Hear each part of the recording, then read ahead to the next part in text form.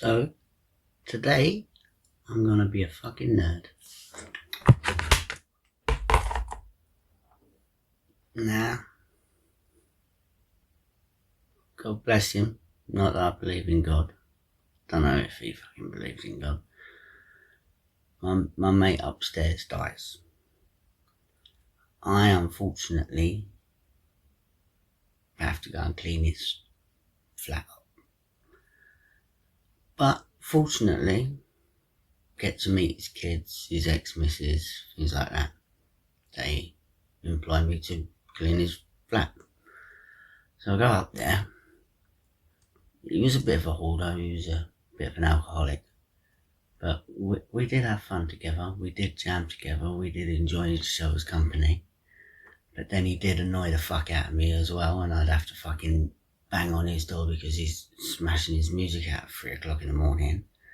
But he'll be probably skipping, and he's probably unconscious. So you're gonna hear the same song on repeat for an hour, and you can't fucking have it. So unfortunately, I used to always say to him, I did smash his door down once because he just couldn't hear me because his volume was so loud, and I am banging on his door. And if it ain't me doing it, it's gonna be someone else, and I'm at least his mate. So, but yeah, we'd always fucking fall out for it, and like see each other in a week, and he'd look at me like, "What?" And I'd be like, "Love you, mate." And he's like, "Oh, I love you too." But yeah, great guy, great conversation. Loved his music. Go upstairs. Got a load of guitars out. They asked me about the guitars. There's some Ibanez's there. I love an Ibanez. Love an Ibanez. I'm like, oh, there's some lovely Ibanez's over there. There's an Ibanez Geo there. A Tanglewood, you know. So all of them are lovely. And then there's this in the corner. Now I wanted for sentimental value. Because I remember Mike with this. And I had to wire it up for Mike. I had to fix it for Mike and that lot. And Mike painted it. And I knew it weren't worth nothing. But sentimental value, this is Mike's guitar. So I wanted this one. It weren't upstairs. Fuck it, don't worry about it. In the corner of all these Ibanez's and Tanglewoods is this. And they say, "What's that?" And I look at the top and I say, I have no clue what a CSL is. Gotta be, like all of these. All show, no go piece of shit. Copy, like an Epiphone, something like that, £99. Because Mike weren't the greatest guitarist, so he ain't spending money on guitars or anything like that, but he was a nice guy. So anyway, they take all the guitars, they clean out the place, they say thank you very much, Al, and they give me this guitar. Now, I also found this one in upstairs. I was like, oh, that guitar's upstairs. And then his kids come in and said, oh, have you seen that green guitar? I was like, oh, they want that piece of shit guitar. And I thought, what an evil bastard. I was that sentimental about that guitar because I thought it was a piece of shit guitar. And it was Mike's that I wanted it. And it turns out the kids want it for sentimental reasons as well. So I'm like, oh my God, sorry about that. So I take the guitar back upstairs. No, they give me this guitar. I'm like, thank you very much. It's still Mike's guitar.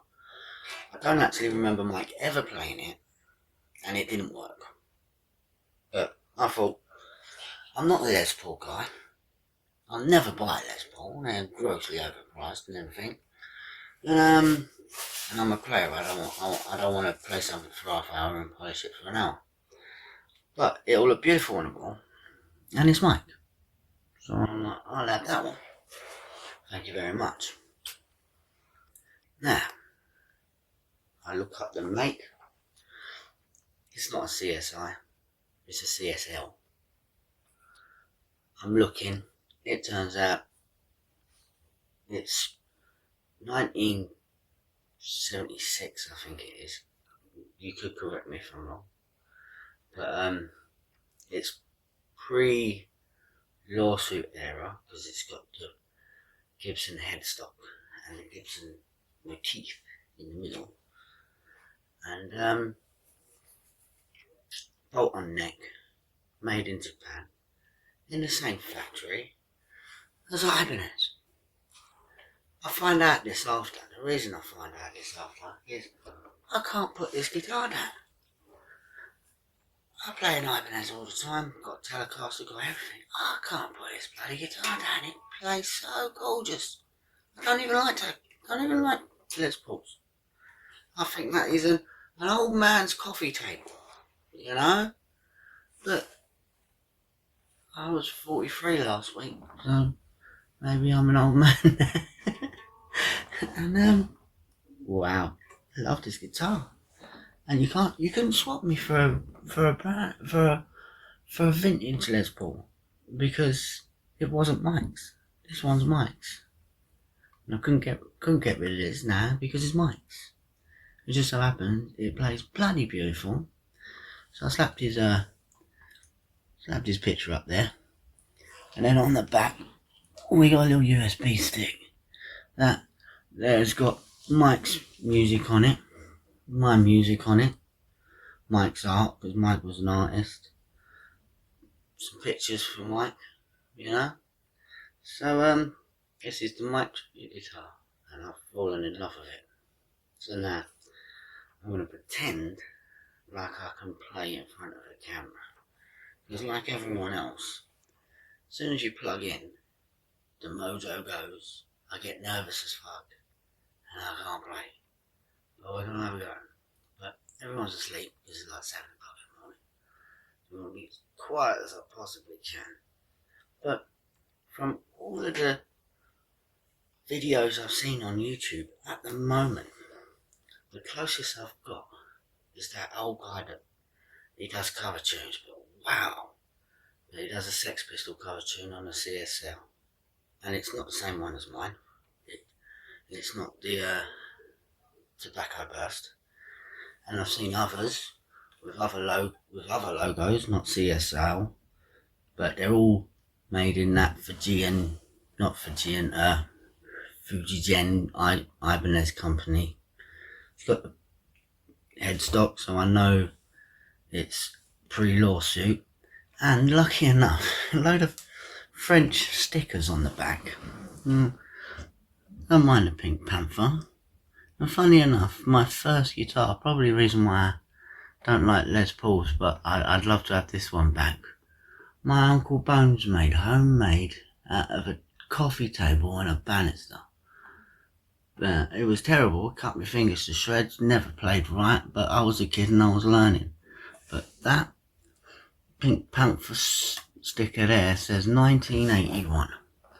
Which tells me the guitar's before 1981, because no one would stick a sticker on a brand new guitar. But that one says 1981, which just happens to be my birth year as well. Another little sentimental thing. But I never fucking play guitar on video, so I don't want to be a nerd. But we'll play it. Let me grab a plectrum. 1 second. I will play with a piece of shit. Look at that. I have all the plectrums lying around. Fucking shark thing.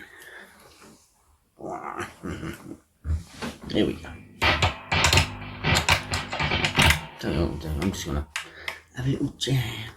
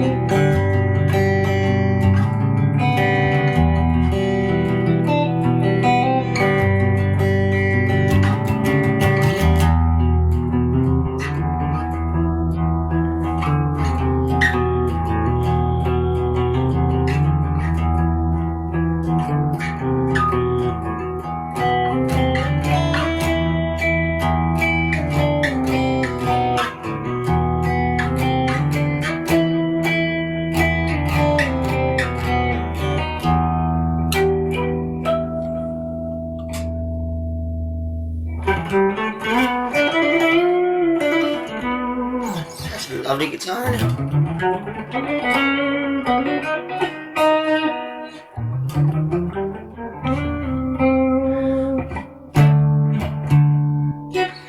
Every other guitar as well, I get stuck in this pickup.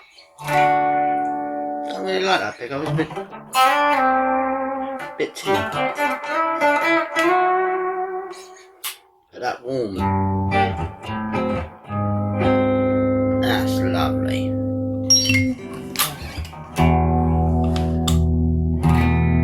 Don't know about the middle.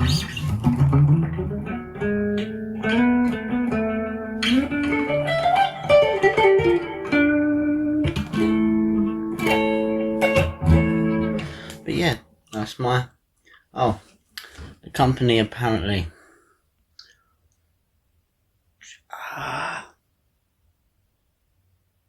You'll have to look them up. Apparently they're English. Charles Summerfield Limited. That's the name of the company. Just so you know. Which makes it a little bit more, because I'm English. Don't know who had it before Mike, because it's very well played. You can feel the fretboard under the frets, and it's almost like it tells a story. You can tell what scale the person liked to be in, because you can feel what key he liked to be in. I've fallen in love with this fucking guitar. Thank you to Mike's family for letting me have it. I'll obviously never sell it. And that's my CSL Les Paul.